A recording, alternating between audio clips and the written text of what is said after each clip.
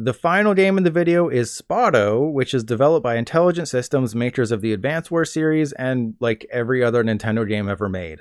This is that one game where you play as a duck named Spotto who has to save Chicky Wow Wow, President Wow Wow's daughter, from a group of ghosts who kidnapped her. As you no doubt guessed from that description, Spotto is a vertical Angry Birds where you launch bombs into the air so they land in those ghosts' mouths. Like most of the other $2 games on DSiWare, there isn't a whole lot to Spotto. There's one core concept of launching bombs in the air, and they don't do much to add on to that. But the polish is there. When you land a bomb into a ghost, Spotto lets out a happy little Spotto noise, then the ghost explodes and little ghost chunks splatter around the screen. If you launch the bomb into the air and it misses, only to explode on the ground right in front of Spotto's face, he gets covered in dust and coughs up a dust cloud. It's little details like that that separate these higher tier DSiWare games from shovelware. The gameplay, meanwhile, is basic yet satisfying. The first couple of levels just have you exploding in ghost mouths while they don't move. Then the difficulty ramps up when the ghosts start to move ever so slightly, smaller ghosts get introduced, and you have hazards like picture frames and bookcases that you have to take into account. And the bomb physics are absolutely perfect. Every bounce off an object felt fair, and my own fault when I missed. Plus, utilizing those hazards is key to beating many of those stages. A lot of ghosts are blocked off, so you have to either bank your bomb off the side or bounce it up over the top. And just like in real life, if you blow up a toilet in Spotto, you're rewarded with a super bomb that you can use to just flood the screen with lots of extra bombs, provided you don't miss. The super bomb is basically a cheat code, so you should only use them when a level is particularly tricky.